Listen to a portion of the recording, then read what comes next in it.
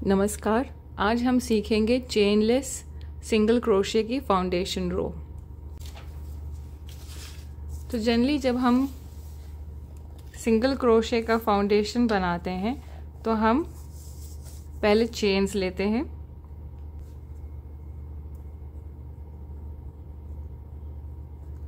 और फिर एक हमारी टर्निंग चेन होती है और हम हर चेन के ऊपर एक एक सिंगल क्रोशे बनाते हुए जाते हैं। तो ये है नॉर्मल तरीका, लेकिन इससे एक बेटर तरीका है जो चेनलेस फाउंडेशन का, जिसमें हम 2 चेन लेते हैं और साथ के साथ सिंगल क्रोशे बनाते चले जाते हैं।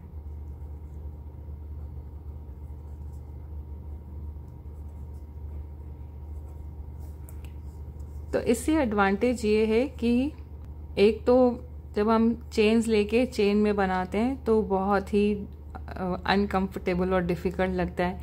किसी को भी, एडवांस क्रोशियर्स को भी उस स्टेप में मज़ा नहीं आता है। बड़ा ही इरिटेटिंग सा वो स्टेप होता है कि भाई किसी तरह से कर लें। और चेनलेस फाउंडेशन करने में क्या है कि हम साथ के साथ बढ़ाते चले जाते हैं, काफ़ी नीट लुक भी आती है और हमें अपनी एग्जैक्ट विड्थ भी मिल जाती है। जब हम चेन्स बनाते हैं तो हमें भले अपनी चेन्स को हम मेजर करें और हमारी चेन्स आ रही है 10 सेंटीमीटर्स लेट्स से, तो लेकिन जब तक हम उसके ऊपर स्टिचेस बनाएंगे तो वो सिकुड़ सकता है। जनरली वो सिकुड़ता ही है और फिर वो हो सकता है कि 9 सेंटीमीटर्स 9.5 सेंटीमीटर्स हो जाए, तो आपने जो विड्थ ली थी आपको उतनी नहीं मिले। और अगर आपका हाथ बहुत ढीला है तो हो सकता है वो 10 से ज़्यादा भी चला जाए। तो लेकिन इस केस में क्या है, क्योंकि हम साथ के साथ स्टिचेस बनाते चले जाते हैं तो हमें ज़रा भी प्रॉब्लम नहीं आती है और हम एग्जैक्टली देख सकते हैं कि हाँ अब हमारा ये फाउंडेशन रो जो है 10 सेंटीमीटर्स की हो गई है, तो हम यहाँ पे स्टॉप कर सकते हैं। तो ये तो थ्योरी है of the difference between chain करके सिंगल क्रोशे करना फर्स्ट फाउंडेशन रो को, या हम साथ के साथ ही सिंगल क्रोशे करते चलें। इसको बोलते हैं चेनलेस, मतलब कि ये बेस की चेन हम पहले नहीं बनाएंगे, चेनलेस सिंगल क्रोशे। अब ये हमने थ्योरी में समझ लिया, अब मैं प्रैक्टिकली आपको करके दिखाती हूँ। नॉर्मली जब हमें बनाना होता है एक सिंगल क्रोशे की फाउंडेशन रो, तो हम पहले स्लिप नॉट लगाएंगे और लेट्स से कि हमें बनाने हैं 5 स्टिचेस। तो हम पहले 6 चेन लेंगे, 6 चेन लेते हैं, एक हमारी टर्निंग चेन होती है और हम हर एक, फिर पहला वाला छोड़ के सेकेंड में से हर एक में हम एक सिंगल क्रोशे बनाते हैं।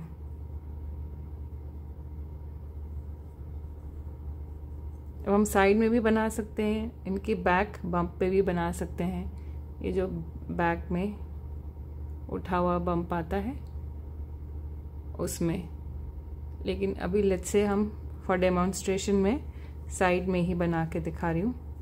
तो हमें एक एक चेन में जाके अपना सिंगल क्रोशे बनाना पड़ेगा। तो ये हमारा नॉर्मल तरीका है और ये हमारी ऐसे बनता है। लेकिन चेनलेस सिंगल क्रोशे में हम क्या करते हैं कि हम स्लिप नॉट बनाने के बाद फर्स्ट हम 2 चेन करते हैं। फिर ये जो फर्स्ट चेन है इसी में हुक डाल के यार्न ओवर करके पुल थ्रू किया, इस चेन को एक यार्न ओवर करके कंप्लीट किया। अब ये 2 स्टिचेस रह गए। नाउ अब ये टाइम है हमारा सिंगल क्रोशे की तरह फिनिश करने का। अभी शुरू में कंफ्यूजिंग लगेगा पर मैं आपको फिर से करके दिखाती हूँ। तो अब ये हमारा, ये जो फर्स्ट है ये हमारा फर्स्ट सिंगल क्रोशे वाला स्टिच हो गया और ये हमने जो बनाया वो सेकंड सिंगल क्रोशे स्टिच हो गया। इसके नीचे अगर आप देखें तो ये वी बन रहा है। अब हम क्या करेंगे, नेक्स्ट स्टिच बनाने के लिए इस वी में से, दोनों में से अपना हुक निकालेंगे। ये हमने लूप लेके बाहर निकाला, ये है हमारी बेस की चेन के लिए स्टार्टिंग।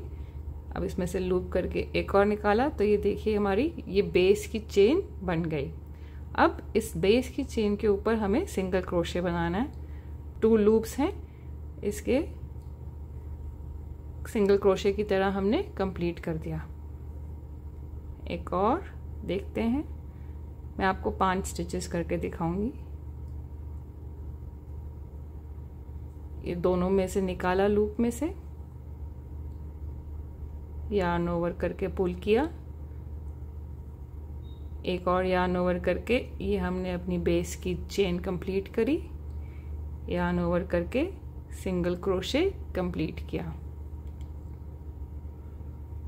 इन दोनों में गए, यार्न ओवर करके लूप पुल किया, यार्न ओवर करके बेस का चेन स्टिच हमने कंप्लीट किया, यार्न ओवर करके सिंगल क्रोशे स्टिच कंप्लीट किया। नेक्स्ट स्टिच, यार्न ओवर करके एक लूप निकाला, यार्न ओवर करके बेस का चेन कंप्लीट किया, उसके ऊपर सिंगल क्रोशे बनाया। तो अगर आप देखें ये ऐसे कितना नीटली आता जा रहा है। और इसमें ये एडवांटेज भी है कि नीचे इसके जो वीज आते हैं वो बिल्कुल नीट आते हैं। तो आप कुछ भी प्रोजेक्ट बनाएंगे आपको बहुत ही बढ़िया उसका बॉर्डर मिलेगा। और यहाँ पे भी आप देखें जो बेस की चेन्स हैं वो भी एक नीट वी जैसा लुक दे रही हैं। तो ऐसे आप करके देख सकते हैं कि आपके प्रोजेक्ट के लिए कितनी लेंथ आपको चाहिए। तो कोई भी प्रोजेक्ट जो कि रेक्टेंगुलर या स्क्वायर शेप का हो तो उसके लिए ये बहुत ही बढ़िया सा आइडिया है। अब इसमें आप क्या गड़बड़ कर सकते हैं कि आप ने अपना फर्स्ट 2 लूप्स में डाला, इसे लिया, लेकिन यहाँ पे आप अपनी चेन को कंप्लीट करना भूल गए और आपने इसको सीधे ही सोचा कि अच्छा ये तो मेरा सिंगल क्रोशे है, और आपने सिंगल क्रोशे की तरह इसे कंप्लीट कर दिया। अब जब आप नेक्स्ट स्टिच बनाने जाएंगे तो आपको ये लगेगा कि कुछ ये अजीब दिख रहा है, ये बड़ा है और ये छोटा है, और आप हो सकता है इसमें स्टिच बना भी दें। अगला वाला सही, लेकिन अगर आप यहाँ ध्यान से देखेंगे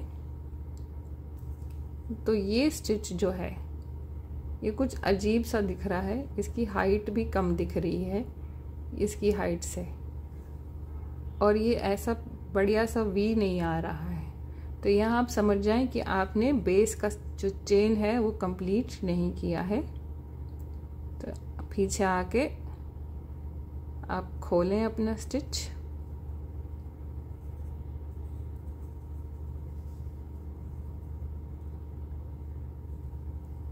आपने जब ये फर्स्ट लूप लिया है इस लूप को एक और लूप से आपको लेके फिर अपनी चेन बेस की चेन खत्म करनी है। तो ये 2 बारी हम लूप में से निकालते हैं।